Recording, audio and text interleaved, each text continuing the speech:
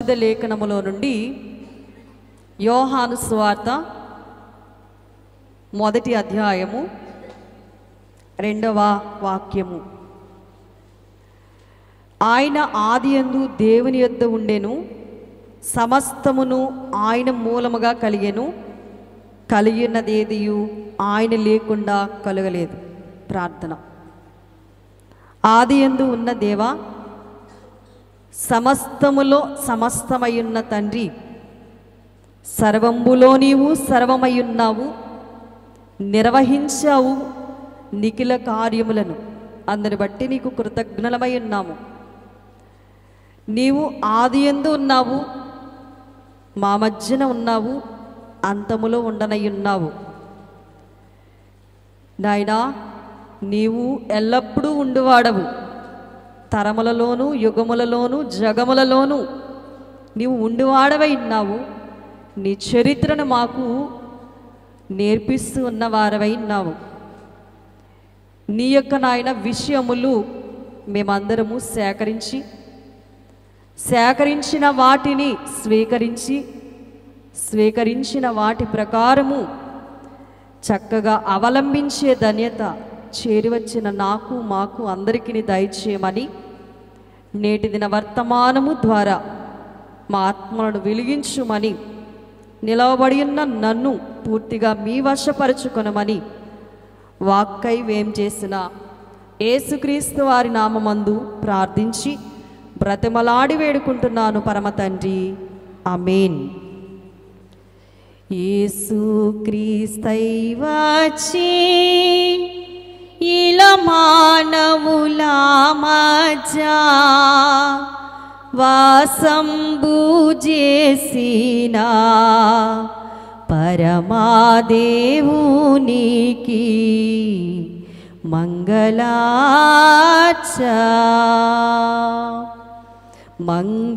స్తోత్రార్పణలు మహనీయా దేవునికి, అంగున్నా లేకున్నా అంతములేని స్తుతులు మంగళార్చ. దేవుడు ఎలా వచ్చారట? యేసుక్రీస్తై వచ్చి ఇలా మానవుల మధ్య వాసంబు చేసిన తండ్రికి మంగళార్చ పాడుకున్నాం.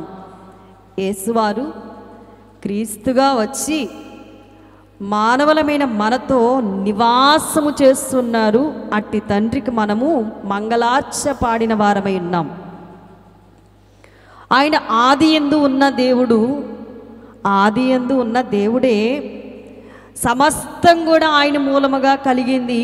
కలిగి ఉన్నది ఏది ఆయన లేకుండా కలగలేదు. నీవు నేను అందరము కూడా ఈ సృష్టి యావత్తు ఆయన మూలముగా కలిగింది, ఆయన ద్వారానే కలిగింది. ఆయన వలన కలిగిన ఈ సృష్టి అంతటి మధ్య ఆయన నివాసము ఏర్పాటు చేసుకున్నారు. అదే ప్రకటన గ్రంథములో దేవుని నివాసము మనుషులతో కూడా ఉన్నది. ఆయన వారితో కాపురము చేయుచున్నారు. ఆయన వారి దేవుడై ఉన్నాడు.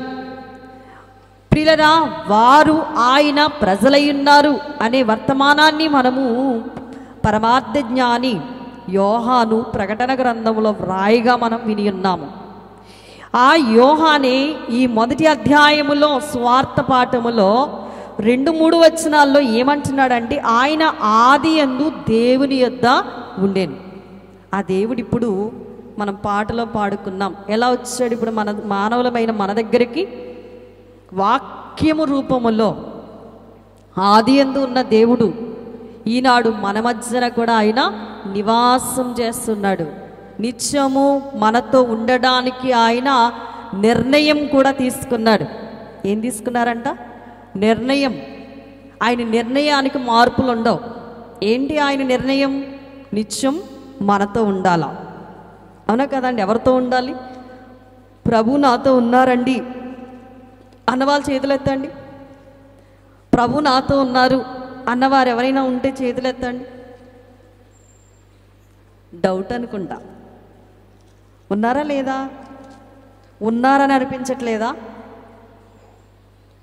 ప్రకటన గ్రంథం 21వ అధ్యాయం 3వ వచనములో, అప్పుడు ఇదిగో దేవుని నివాసము మనుష్యులతో కూడా ఉన్నది. దేవుని నివాసము, ఆయన నివసించున్న స్థలము ఎక్కడుందంట? మనుష్యులతో కూడా ఉన్నది. మనందరం ఎవరము? మానవులం, మనుష్యులం. మనతో ఎవరున్నారంట? ఆయన నివాసం అంటే నివసిస్తున్నాడు. ఆయన వారితో అంటే మనతో ఏం చేస్తున్నాడు? ఆయన కాపురం చేస్తున్నాడు. మనతో ఏం చేస్తున్నాడంట? మరి ఇంకా డౌట్ ఏంటి? మనతో ఏం చేస్తున్నాడు? కాపురం చేస్తున్నాడు. వారు ఆయన ప్రజలై ఉన్నారు. ఈ రోజున దేవుని యొక్క వర్తమానములోండి దైవజనుని యొక్క మాటలు సిలువ ద్వారా కలిగే మార్పు, సిలువ ద్వారా కలిగే మార్పు, మారలేని యోధ అయ్యగారు వ్రాత. ప్రియులరా, ఇక్కడ వ్రాయబడినటువంటి మాట వారు ఆయన ప్రజలయ్యుందురు. మీరు అవునో కాదో చూసుకోండి. ఆయనకి మాత్రమే ప్రజగా ఉన్నారా, లేక ఇంకా ఎవరికైనా ప్రజగా ఉన్నారా? ఆలోచన చేసుకుందాం. ఈ రోజున టాపిక్లో మారనటువంటి ఒక వ్యక్తి ఉన్నాడు. ఆ వ్యక్తిని గురించి దైవజనులు వక్కానించినప్పుడు ఆ వ్యక్తి యేసుతో ఉన్నవాడు అని పిలువబడిన వాడే, కానీ ఎందులో లేడంట? బిరుదుకు మాత్రమే యేసుతో ఉన్నవాడయ్యాడు, కానీ పేరుకు మాత్రమే అయ్యున్నాడు, కానీ ఎందులో లేడు? యేసుతో ఉండడానికి అర్హత లేనివాడయ్యాడు. ఈరోజు వర్తమానంలో మనం చదివాం. ప్రియులరా, ఇక్కడ దేవుడు అంటున్నాడు వారాయన ప్రజలయ్యుందురు, దేవుడు తానే వారి దేవుడయుండి వారికి తోడయుండును. దేవుడు మనకి తోడయుండును. మనకి దేవుడయుండి మనకి ఏం చేస్తున్నాడు? ఆయన తోడయుంటున్నాడు. ఎంతమంది ప్రభువుని తోడుగా తీసుకెళ్తున్నారు? నాకేంటండి భయం, నేను ఎంత లెక్కైనా వెళ్తాను, ఏమైనా చేస్తాను. కారణం, నా దేవుడు నాతో ఉన్నాడు. ఉన్నాడు అనుకున్న వారితో ఉన్నాడు, ఉండలేదు అనుకున్న వారితో కూడా ఉన్నాడు. కానీ ఒక్క విషయాన్ని మనం జ్ఞాపకం చేసుకుంటే, అమ్మాయి శిష్యులు కనబడతారు, వారితో కూడా ప్రభువు నడిచారు. కానీ వారికి దేవుడుగా మాత్రం వారికి అర్థం కాని పరిస్థితి, అజ్ఞానం వారిని ఆవరించేది. దేవుడు వారితో నడిచినా కూడా వారు దేవుడుగా ఆయనను ఏం చేయలేకపోయారు? గుర్తించలేకపోయారు. ఈ రోజున మానవులమైన మనతో కూడా ప్రభు నడుస్తూ ఉన్నారు, ప్రభు మనతో ఉంటున్నారు. ఇక్కడ స్పష్టంగా వ్రాయబడ్డ మాట, దేవుని నివాసం మనుషులతో కూడా ఉన్నది, కూడా ఉన్నది. మనందరితో కూడా దేవుడు నివసిస్తున్నాడు. అంత మాత్రమే కాదు, ఆయన మనతో కాపురం ఉంటున్నాడు. ఆయన మనతో ఏం చేస్తున్నాడంట? కాపురం ఉంటున్నాడు. మనల్ని ఆయన సొత్తుగా చేసేసుకున్నాడు. ఆయన మనతో కాపురం ఉండడమే కాకుండా మనందరినీ ఆయన ప్రజగా చేసుకున్నాడు. మీరు ఇంకా ఎవరికైనా ఒకవేళ మీ హృదయాల్లో స్థానాన్ని ఏర్పాటు చేసుకున్నారేమో, జాగ్రత్తగా చూసుకోండి.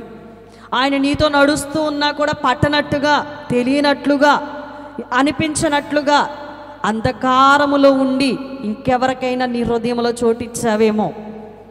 మరుగుపడినటువంటి విషయాలు దేవుడు బయలుపరుస్తూ ఉన్నప్పుడు మన హృదయంలో స్థానం ఎవరిది చెప్పండి? ప్రత్యేకత ఎవరిది చెప్పండి? ప్రభు అయిన యేసు వారిది. ఇక్కడ దేవుడు మాట్లాడుతూ ఉన్నాడు, ఆది యందు ఉన్న దేవుడు ఆయన సమస్తములో సమస్తమై ఉన్నాడు. సమస్తం కూడా ఆయన మూలముగానే కలిగాను, అన్నీ ఆయన మూలముగానే కలిగాను. దైవజనుని ప్రార్థనలో చక్కగా ప్రార్థన చేసేటప్పుడు తండ్రి గారు చేసినటువంటి ప్రార్థన ఏంటి అని అంటే, సూర్యుని ద్వారా ప్రతి వస్తువుకి ఏమొస్తుందంట? రంగులు అద్దుకుంటున్నాయి. రకరకాలైన పువ్వులు, ఆ పుష్పాలకి రంగులు ఎక్కడి నుంచి వస్తున్నాయంటే సూర్యకిరణాలను బట్టే వస్తూ ఉన్నాయి. ఏ పువ్వును చూసినా దానిలో రంగు దేని ద్వారా ఏర్పడుతుందంటే సూర్యకిరణములు. సూర్యుని వల్ల వస్తువులో ఏం కనబడుతుందంటే మార్పు కలిగి అవి చక్కగా మనందరినీ కూడా ఆనందింపజేస్తూ ఉన్నాయి. అలాగనే చూస్తే చంద్రుని యొక్క కాంతిని బట్టి కూడా వెన్నెల వస్తుంది, చల్లదనం వస్తుంది. మరి దానివల్ల కలిగేటువంటి మార్పును కూడా మానవుడు కలిగి ఉన్నాడు.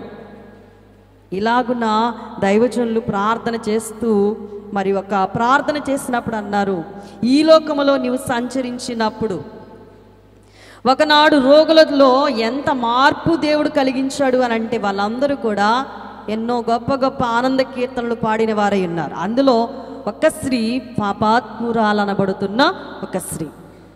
దేవుడు ఒక మనిషిని దర్శించినప్పుడు, దేవుడు ఒక మనిషిని తాకినప్పుడు, దేవుని వర్తమానము ద్వారా ఒక మనిషి మార్పు చెందినప్పుడు ఈ పాపాత్మురాలు ఎలా అయితే వచ్చి కన్నీటితో లేక ఆనంద బాష్పాలతో గంతులు వేసిందో, అలాగే ఏ మనిషినైనా వాక్యం తాకేటప్పుడు వారిలో ఒక మార్పు అనేది కలుగుతుంది. అందుకిందాక నేను మాట్లాడేటప్పుడే అని మాట్లాడాను, ఏమని, నా కొరకే అనుకుంటున్నావా, నేనేమై ఉన్నాను అని అనుకుంటున్నావా, వాక్యాన్ని వెదజల్లేటప్పుడు నా కొరకే చెప్పారు అని అనుకుంటే ఎప్పటికీ నీవు మారలేవు. పాపాత్మురాలు ప్రియులరా, తనలో ఉన్న పాపాన్ని ప్రభు బట్టబయలు చేయంగానే పాపాత్మురాలు తనలో ఉన్న పాపాన్నంతటిని కూడా ఏం చేసింది, ప్రభు యేసు రక్తములో కడిగేసుకుంది. మార్పు చెందిన జీవితాన్ని ఆమె సంపాదించుకుంది. అలాగే మనం కూడా ఈ రోజున ఏం కలిగి ఉండాలంటే ప్రభు యొక్క శ్రమలను ధ్యానం చేస్తున్న మనలో మార్పు కలగాల. ప్రియులరా, మరి దేవుని యొక్క బోధలు వింటున్నటువంటి మనలో ఏ గుణం రావాలంటే మార్పు చెందే గుణం మనం కలిగి ఉండాలి. బోధలు వింటున్నారు అని అనుకుని పాదుర్లు పాదురములు చెప్పుకుంటూ వెళ్ళిపోతూ ఉంటారు. మార్పు చెందక ఎంతకాలం వచ్చి ఇక్కడ కూర్చున్న జీవితాలంతా కూడా వ్యర్థమైపోతాయి. అందుకని ప్రియులరా, ప్రభు వచ్చే వేళ ఒక్క విశ్వాసినైనా కనుగొందునా అని అన్నారు. ఇక్కడ ఒక విశిష్టమైనటువంటి మాట ఏమిటి అని అంటే 12 మంది ఉన్నారు. 12 మందిలో ఒకడు ఇస్కరియోతు యోధ. ఒక విషయాన్ని ఆలోచన చేస్తే లోకం 12 మందికి పెట్టిన పేరు వీరు యేసుతో కూడా ఉన్నవారు. ఎంత చక్కని బిరుదండి. అలా ఎక్కడికైనా వెళ్తే వీళ్ళు యేసుతో ఉన్నవాళ్ళు అంటే అది ఎంత గొప్ప మాట, ఎంత మంచి మాట, ఎంత శ్రేష్టమైన మాట, ఎంత ప్రాధాన్యతతో కూడినటువంటి మాట. వీళ్ళు ఎక్కడికైనా నడిచి వెళ్తా ఉంటే అమ్మో యేసు ప్రభుతో ఉన్న ఆయన. అందుకే యేసు ప్రభులో ఉన్నటువంటి జ్ఞానం అబ్బింది, యేసు ప్రభులో ఉన్న లక్షణాలు అబ్బాయి, యేసు ప్రభులో ఉన్న శక్తి అంతా కూడా వాళ్ళు సంపాదించుకున్నారు. అన్నీ చూశాడంట ఎవరు, ఇస్కరియోతు యోధ. అన్నింటిలో ఏలు పెట్టాడు నేనున్నాను అని. ఆఖరికి అప్పగించడంలో కూడా తన హస్తం పెట్టాడు, తన వేలు పెట్టాడు. యేసయ్యను స్వీకరించడానికి ఎలా అయితే నిజాయితీగా ముందుకొచ్చాడో అప్పగించడానికి కూడా అదే రకంగా ముందుకొచ్చినట్లుగా ఇస్కరియోతు యోధాను గురించి ఈ రోజున పాఠంలో మనం చదువుతా ఉన్నాం. సంఘములో ఎంతకాలం ఉన్నావు కాదు కావలసింది, సంఘములోనికి వచ్చిన నీలో క్రీస్తును కలిగి నువ్వు నడుస్తున్నావా లేదన్నదే ప్రాముఖ్యమైనటువంటి విషయము. ఎంతకాలం అయ్యింది బాప్తిస్మం తీసుకొని దేవుల్లో నడుస్తున్నాను అనడానికి చాలామంది గర్వించి నేను చాలా కాలం నుండండి, నేను పుట్టుక నుండండి, నేను ప్రభువుని అంగీకరించానండి అంటారు. అంగీకరించడం కరెక్టేమో కానీ నీలో ప్రభు ఉండడం నీవు గమనించకపోవడం చాలా విచారకరం. అవునంటారు కాదంటారా? అంగీకరించామండి అంటే నీళ్ళతో బాప్తిస్మం తీసుకున్నారు. కారణం ఏంటంటే పెళ్లి చేయడం లేకపోతే పాదిరి, పెళ్ళిళ్ళకి బాప్తిస్మాలు తీసుకునే వాళ్ళు ఉంటారు. రోగం వస్తే బాగుపడితే బాప్తిస్మాలు తీసుకున్న వాళ్ళు ఉంటారు. ఏమైనా శ్రమలు వెంబడించినప్పుడు బాప్తిస్మాలు తీసుకున్న వాళ్ళు ఉంటారు. అలాంటి ఒక రకమైనటువంటి విధానానికి చెందుంటాడు బహుశా ఇస్కరియోతు యోధ. అతనికి ఒక ఉద్యోగం కూడా ఇవ్వబడింది. ఎవరిదయ్యంట? సమస్తమును ఆయన మూలముగానే కలిగినది ఏది కూడా ఆయన లేకుండా కలగలేదు. నీవు ఇప్పుడు పనికి వెళ్తున్నావంటే ఆయన దయ, నీవు ఉద్యోగం చేస్తున్నావంటే ఆయన కృప, నీదేదో ఒక విధంగా నీకు రూపాయి డబ్బులు వస్తున్నాయంటే ఆయన యొక్క దయ లేకుండా, ఆయన లేకుండా ఎవ్వరికి కూడా ఏది కూడా లేదు, రాదు. ఇది వాస్తవం. ఇస్కరియోతు యోధాకు కూడా ఇవ్వబడ్డది ఏంటి అని అంటే ఒక ఉద్యోగం ప్రభువులో. ఏంటా ఉద్యోగం? ఖజానాధికారి, ట్రెజరర్. అతని దగ్గర ఎప్పుడు కూడా నిత్యం ఏముంటుందంట? డబ్బు సంచి ఉంటుందట. పట్టుకోవయ్యా డబ్బు సంచే. ఆయనకు వద్దు, కానీ ఆయన ఎవరికి అప్పగించారు దాన్ని? డబ్బుతో ఆయనకి అవసరం లేదు. మనం ఒక విషయాన్ని మనం చాలా జాగ్రత్తగా చదివితే లేఖన భాగములో పన్ను కట్టించుకోవడానికి పన్ను వేశారని చెప్పేసి కైసరు ఔగుస్తు దినాల్లో ఏం కట్టించుకోవడానికి వచ్చారట? పన్ను కట్టించుకోవడానికి. అందరితో పాటు బోధకుడుగా ఉన్న యేసు ప్రభుల వారి దగ్గరికి కూడా శిష్యుడి దగ్గరికి వచ్చి అడుగుతున్నాడు, మీ బోధకుడు పన్ను కట్టరా అని అడిగారట. ఏం కట్టాలి? భూమి మీద ఉన్నవారు అందరూ కూడా పన్ను కట్టాలా? యేసు ప్రభు భూమి మీద నివాసం ఏర్పాటు చేసుకున్నారు కనుక ఆయన అడగలేక, ముఖసూటిగా అడగలేక శిష్యుడి దగ్గరికి వచ్చి అడుగుతున్నారు, మీ బోధకుడు పన్ను కట్టరా అని అడిగారు. అప్పుడు యేసు ప్రభు వారి దగ్గరికి ఆ టాపిక్ వెళ్ళింది. శిష్యుడు వెళ్ళి అంటున్నాడు, ప్రభువా పన్ను కట్టమంటున్నారు. అది కరెక్టేగా, కాబట్టి పన్ను కట్టాలా, కాబట్టి నువ్వు నా కొరకు నీ కొరకు సముద్రానికి వెళ్ళు. ఈ లోకములో ఒక మాట వ్రాయబడి ఉంది, నక్కలకి బొరియలున్నాయి, ఆకాశ పక్షులకు గూళ్ళున్నాయి, కానీ మనుష్య కుమారుడు తల వాల్చుకోవడానికి కూడా ఒక్కింత స్థలం లేదు అని మనం పాడుకుంటా ఉన్నాం. యేసు ప్రభు వారు నివాసం ఏర్పాటు చేసుకున్న మరి ఈ సృష్టిలో ఎక్కడ కూడా ఏం లేదంట, ఆయనకి తలవాల్చుకోవడానికి కూడా స్థలం లేదు, అంతా ఆయనదే. కానీ ఆయన కనీసం తలవాల్చుకోవడానికి కూడా స్థలం లేదు. అందుకని మరి బలమైనటువంటి శిష్యుడితో ప్రభు అన్నారు, వాళ్ళకి ఎటువంటి అబ్జెక్షన్ పెట్టకుండా, మరి నువ్వు వెళ్ళి సముద్రానికి వెళ్ళు, గేలమై ఒక చేప వస్తుంది, ఆ చేపలో ఒక నాణెం ఉంటుంది, ఆ నాణ్యాన్ని తీసుకురా, దాన్ని తీసుకెళ్ళి వాళ్ళకి పన్నుగట్టు అన్నారు. ఏం కట్టాలటండి? చేపల నోట్లో డబ్బులు ఉంటాయా? చేప నోట్లో డబ్బు ఉంటే చేప బ్రతుకుతుందా? ఏమో ఆలోచన చేద్దాం. చేప నోటులో నాణెం పెడితే అంతెందుకండి, మనమే నాణెం మింగేసామనుకోండి, మనకు గుట్టకాడుతుందా? మరి చేప నోటులో కూడా తన కొరకు ఏం పెట్టాడు ఆయన? అందుకనే వాక్యంలో రాయబడి ఉంది, కలిగి ఉన్నది ఏది ఆయన లేకుండా కలగలేదు. చేపకు ఆజ్ఞాపించాడు, చేప నోటులో నాణాన్ని పెట్టాడు, అది ఆయన శిష్యుడికి అర్థమయ్యే శైలిలో. అందుకనే ప్రభు యొక్క వాక్యం మత్తయి సువార్త 4వ అధ్యాయంలో వ్రాయబడ్డ మాట, మనుషుడు రొట్టె వలన కాదు, దేవుని నోటి నుండి వచ్చే ప్రతి మాట మనుష్యుని జీవింపజేస్తుంది అనడానికి నిదర్శనంగా ఇప్పుడు చేప నోటులో నుండి దేవుడు ఏం తీశాడంట?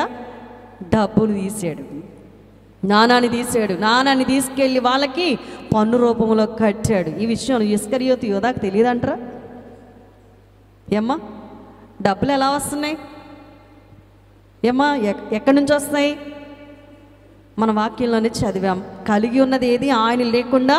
ఈ కలుగు చేసినవన్నీ కూడా ప్రభు చిత్తాన్ని బట్టే, ప్రభుని కృపను బట్టే, ఎవరికి ఏది ఇవ్వాలో ఆయన ముందుగానే నిర్ణయించిన దానిని బట్టే మనకి జరుగుతూ ఉంటాయి.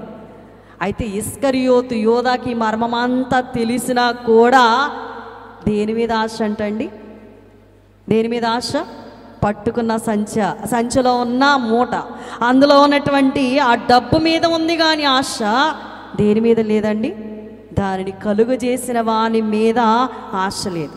అందుకనే మొదట నా రాజ్యాన్ని వెతకండి అబ్బాయి, నా నీతిని వెతకండి, మీకు ఏది కావాలో అంత ఆటోమేటిక్గా వస్తుంది. ఎవరిని వెతకాలంట? సిరిని వెతికితే సిరే నాశనం చేస్తుంది.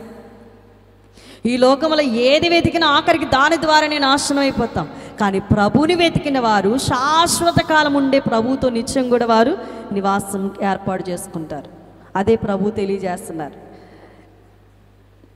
వాక్యాన్ని చదువుకుని వెళ్ళిపోవడం కాదు, కానీ అర్థము చేసుకుంటూ ప్రభు మనసు ఏమై ఉందో మనం గ్రహిస్తే గనుక ఈరోజు కూర్చున్న మనం మారావా, మారలేదా? సంఘంలో ఒక సభ్యత్వాన్ని తీసుకున్నటువంటి మనం మారి దేవుని కొరకు వాడబడుతున్నామా, మారక గుణపాల్లా ఇస్కరియోతు యోధాల్లా ప్రభు హృదయాన్ని అస్తమాట్లు పొడుస్తూ ఉన్నామా? ఆలోచన చేసుకుందాం. భయంకరమైన స్థితిలో ఇస్కరియోతు యోధా వల్ల ప్రభు ఏమైపోయారండి? ఏమైపోయారమ్మా? సిలువేయబడ్డానికి గల కారకుడు, ముఖ్య కారకుడు ఎవరంట? అందరికీ క్షమాభిక్ష పెట్టిన దేవాది దేవుడే ఆయన మాట్లాడాడు, అట్టి మనుష్యుడు పుట్టి ఉండని ఎడల వానికి మేలు అన్నారు. ఎంత భయంకరమైన మాట! ఆఖరికి సిలుమ్రాన్ మీద కూడా దొంగకు కూడా క్షమాభిక్ష పెట్టిన దేవాది దేవుడు అతనితో ఉన్నవాడని పేరు పొందినటువంటి ఇస్కరియోతు యూదాకు ప్రాణభిక్ష పెట్టలేకపోయాడంటే కారణం ఏంటో తెలుసా? అతడు వెళ్ళవలసిన స్థలానికి వెళ్ళక వెళ్ళకూడని స్థలానికి వెళ్ళాడు. అందుకే పోయి ఉరి పెట్టుకున్నాడు. అంతమందిని క్షమించడం కల్లారా చూశాడు. వ్యభిచారిని క్షమించాడు ఆయన. ఎన్నెన్నో పాపాలు చేసిన వారిని క్షమించారు. రోగ్రస్తుల దగ్గరకు వచ్చి నీ పాపాలు క్షమించబడ్డాయి అన్నాడు. చనిపోయిన వారిని కూడా ఆయన లేపాడు. 5 రొట్టెలు 2 చిన్న చేపలు విరిచి 5,000 మంది పంచుతూ ఉంటే ఈ చేతులే అందరికీ కూడా పంచాయి. అన్ని అద్భుతాలు చూసి కూడా ఇస్కరియోతు యోధ ఎక్కడికి వెళ్ళలేదంట? యేసయ్యా, ఇదిగో నేనే, నిన్ను అప్పగించింది నేనే అని ఆయన దగ్గరకు వచ్చి క్షమాపణ కోరలేకపోయాడు. గనుకనే అతడు మారలేదు. పోయి ఏం చేయబడ్డాడట? ఉరి పెట్టుకున్నాడు. తన గొయ్యి తానే త్రవ్వుకున్నాడు. ప్రియులారా, భయంకరమైనటువంటి విషయాలు ఇస్కరియోతు యూదాని బట్టి ఈ రోజున మనం చదువుతూ ఉన్నాం. దేవుని సన్నిధానంలోనికి వస్తున్నటువంటి మనలో వాక్యం పనిచేస్తుందా? వాక్యాన్ని వింటున్నాను అని అనుకుంటూ వాక్యాన్ని పెడచెవిని పెట్టి ఒకవేళ తిరుగుతా ఉన్నావా? ఆలోచన చేసుకుందాం. ఎన్నో అద్భుతాలు చేసినప్పుడు చూసినటువంటి వాడు మాత్రమే కాక దైవజనులు అన్నారు, యోధాట వేదాంత విద్యార్థి. ఏ విద్యార్థి అట? బాగా వేద పఠన చేస్తున్నవాడు, బాగా దేవుణ్ణి అర్థం చేసుకోగలిగినటువంటి వాడు. వాక్యాన్ని చాలామంది చాలా క్షుణ్ణంగా చదువుతారు, చాలా గాఢంగా చదువుతారు. చాలామంది చాలా ఇష్టంతో చదువుతారు. సమయం దొరకగానే వాక్యాన్ని చాలామంది ప్రాధాన్యతనిస్తూ కూర్చొని చదువుతూ ఉంటారు. కానీ కొంతమంది హృదయాలు మాత్రం ప్రభువుకి ఇవ్వరు. చదువుతారు, అదొక పాఠ్యపుస్తకం కాదు. చదువుకుని వెళ్ళిపోవడానికి పాఠ్యపుస్తకం కాదు వాక్య గ్రంథం. అందుకే దివారాత్రము ధ్యానించిన వాడు ధన్యుడవుతాడు అని వాక్యం సెలవిస్తాను. ఏం చేయాలంటే వాక్యాన్ని ధ్యానించాలట. ధ్యానిస్తే ఏమవుతుంది? ధ్యానించినప్పుడు ప్రియులైన వాక్యములో ఉన్నటువంటి మాటలు మన జ్ఞానానికి అందుతాయట. అప్పుడు మనం లేము, కానీ అప్పుడు ఉన్నట్లుగా అప్పుడు జరిగినవన్నీ మన కళ్ళకు కట్టేటట్టుగా ప్రభువు మనకేం చేస్తారు? చూపిస్తారు. దైవజనులు రాసిన పాటలో ఏకాంత స్థలం కోరుమని కీర్తనలో చక్కగా రాస్తారు అయ్యగారు. అన్ని లోకాలను కూడా సినిమాగా ప్రభు అలా చూపిస్తారట. ఏది మనకు కావాలో, ఏది మనం చూడాలో ప్రభు చరిత్ర అంతా కూడా అలా కళ్ళకు కట్టినట్లుగా సినిమా రూపంలో మనకి ప్రభు అలా చూపిస్తారు. ఎప్పుడు? ఏకాంత స్థలంలోనికి వెళ్ళి ప్రభు యొక్క వాక్యాన్ని తనివి తీరా ధ్యానించినప్పుడు అప్పుడు అర్థమవుతుంది మనకి ప్రభు యొక్క మనస్సు ఏంటో, ఆయన అంతరంగం ఏంటో. ఆయనతో ఉన్నాడు, ఆయనతో కూర్చున్నాడు, అద్భుతాలు చూశాడు. అద్భుతాలు ఎరిగి కూడా, ప్రభు శక్తిని ఎరిగి కూడా ఇస్కరియోతు యోధ ఏం పొందలేదట?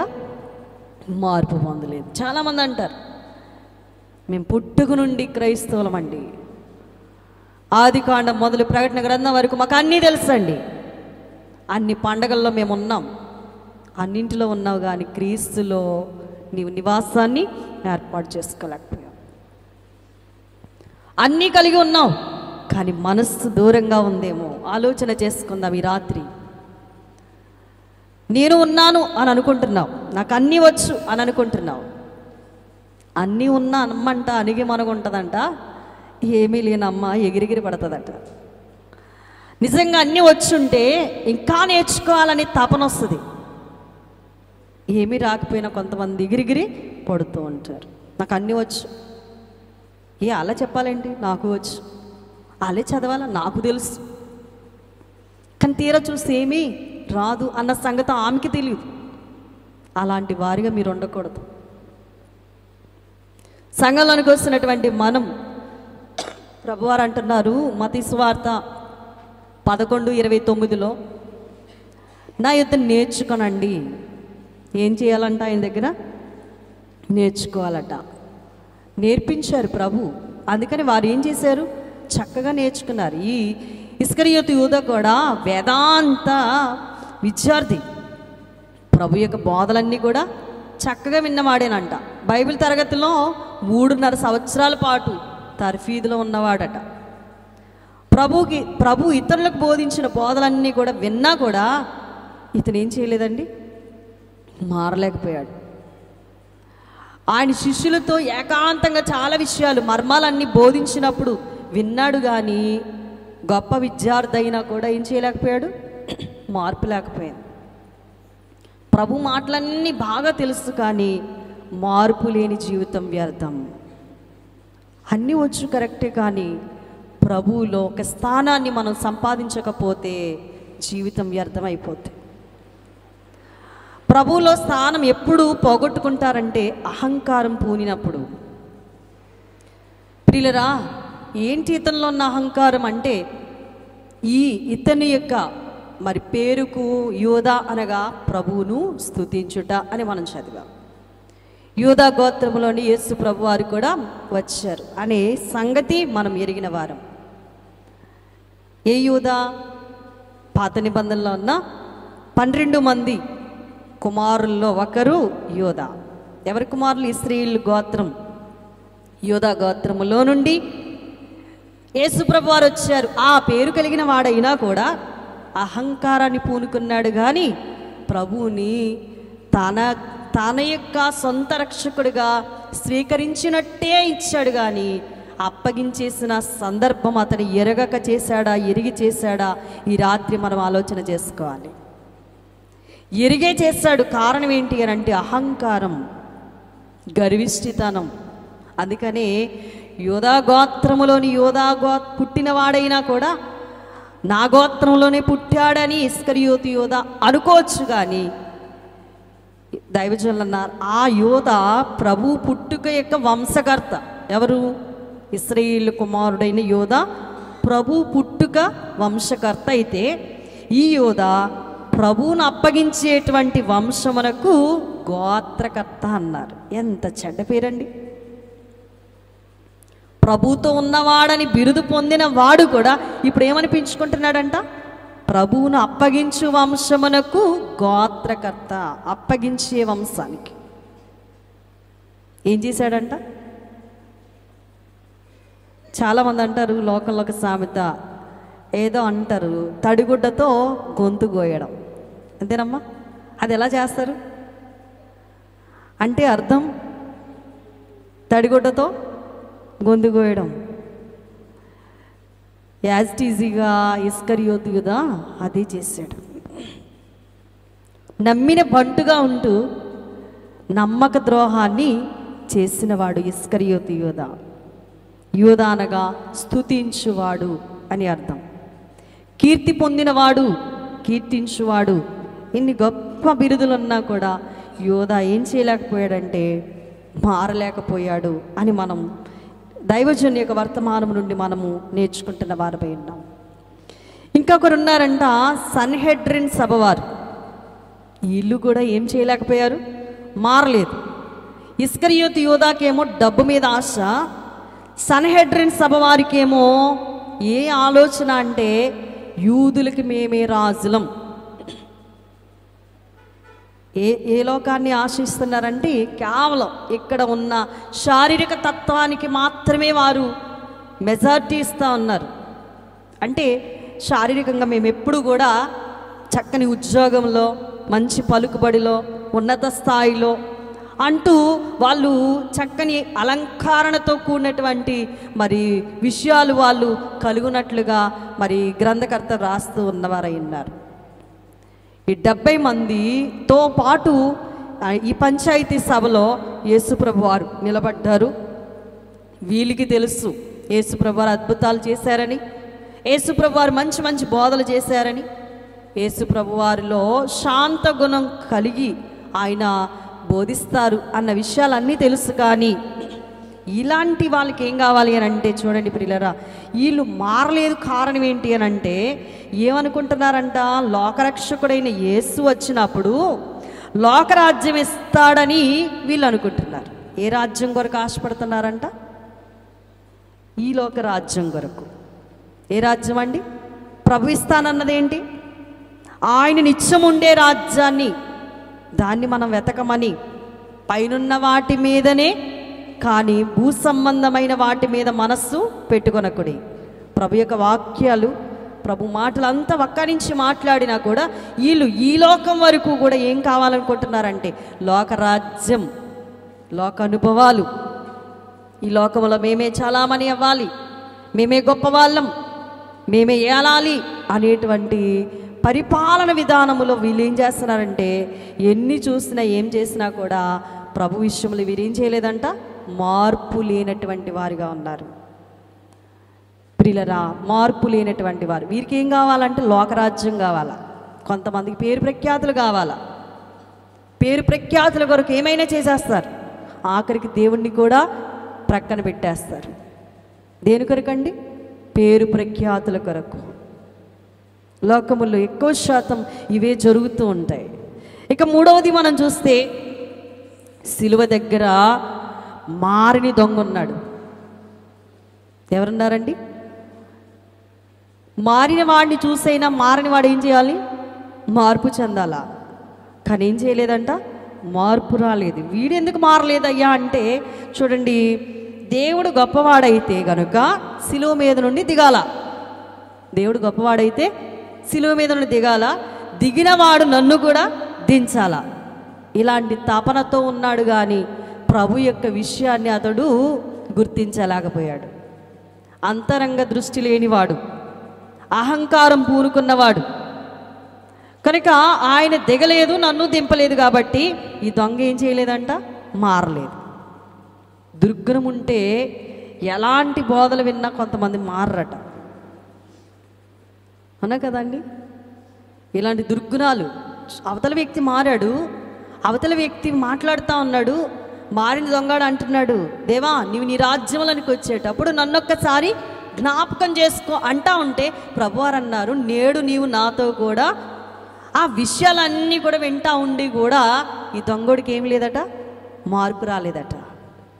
దేవుడైతే దిగుతాడు, దిగితే నన్ను కూడా దించుతా, అప్పుడు మారతాను అనుకుంటున్నాడండి.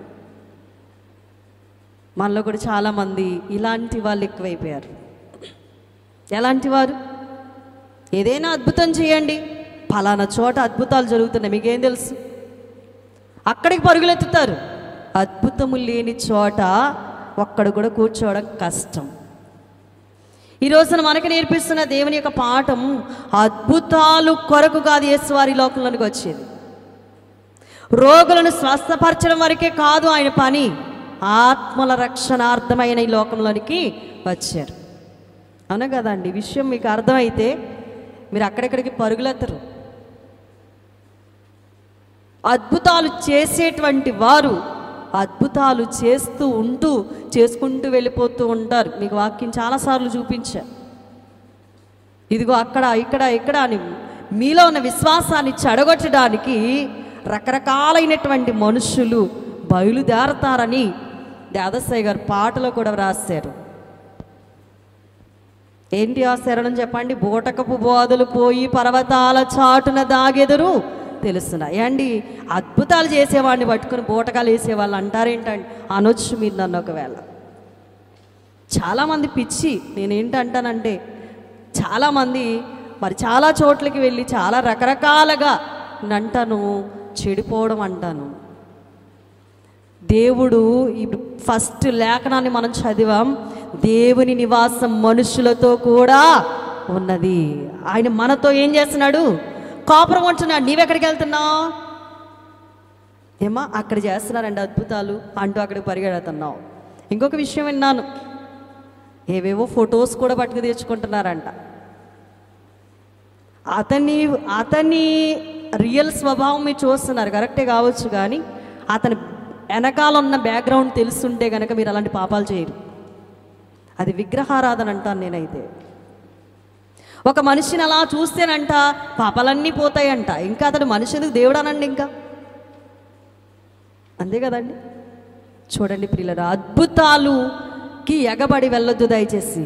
అద్భుతాలు చేసే దేవుడు కాదండి, మహా గొప్ప అద్భుతాలు నీ జీవితంలో ఎన్నో చేశాడు ఆయన. ఆయన అంటున్నాడు, నేను నీతో నివసిస్తాను, నీతో నేను కాపురం చేస్తాను, నిన్ను నా ప్రజగా చేసుకున్నాను, నీతో నిత్యం నేను ఉంటాను అని మన దగ్గరికి ఆయన వస్తూ ఉంటే విశ్వాసం లేక, గురి లేక, నిరీక్షణ లేక ఎక్కడెక్కడికో పరుగులెడతా ఉన్నారు చాలామంది. మారిన దొంగని చూసి కూడా మార్పు లేనటువంటి మానవుడే మారని దొంగ. ఇంకొకరు ఉన్నారండి ఆఖరిగా, ఎవరంట? కావలివారు. ఎవరండి వీళ్ళు? యేసుప్రభు చనిపోయిన అనంతరం, చనిపోయి తిరిగి లేచిన తర్వాత కళ్ళు పెట్టి ఖచ్చితంగా చూసిన వాళ్ళు కావలి వాళ్ళేనండి. అవునా కదా? ఎవరున్నారు అక్కడ? వీళ్ళు డ్యూటీ ఏంటి అని అంటే, రాతికి ముద్ర వేసేసారు, దాన్ని సీల్ చేసేసారు. వీళ్ళు కాపలదారులు. వీళ్ళు ఆ కాపల కాస్తా ఉండగా దేవాది దేవుడు తన మహిమనంతా ప్రదర్శించేటప్పుడు కావలి వారు ఆ మహిమను తట్టుకోలేక చచ్చిన వారి వలె పడిపోయారు. అవునా కదండి?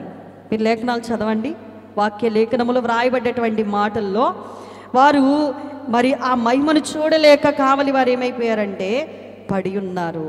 మత్తయి గారిని చూసినా, మార్కు గారిని చూసినా ఆ విషయాలు చాలా స్పష్టంగా మనకి ఆగపడతా ఉంటాయి. చూడండి ప్రియులరా, మార్కు సువార్త చూద్దాం. 16వ అధ్యాయము 8వ వచనం. వారు బయటకు వచ్చి విస్మయం ఉంది.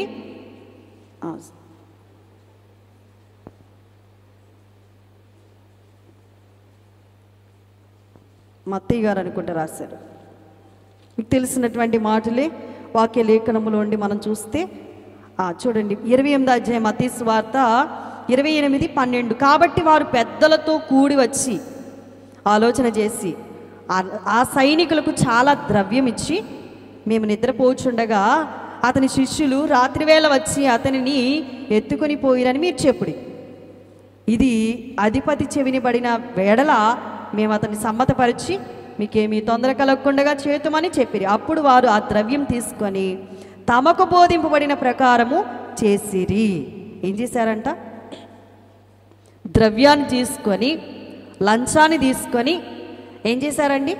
అసలు జరిగిన కార్యం 4వ వచనంలో కనబడుతుంది. అతనికి భయపడుట వలన కావలివారు వనికి చచ్చిన వారి వలె ఉండిరి. 4వ వచనం యొక్క నిజార్థం, అసలు వాళ్ళు అలా అవ్వడానికి గల కారణం ఏంటి అనంటే, ద్రవ్యం తీసుకుని వాళ్ళు ఏం చేశారంట?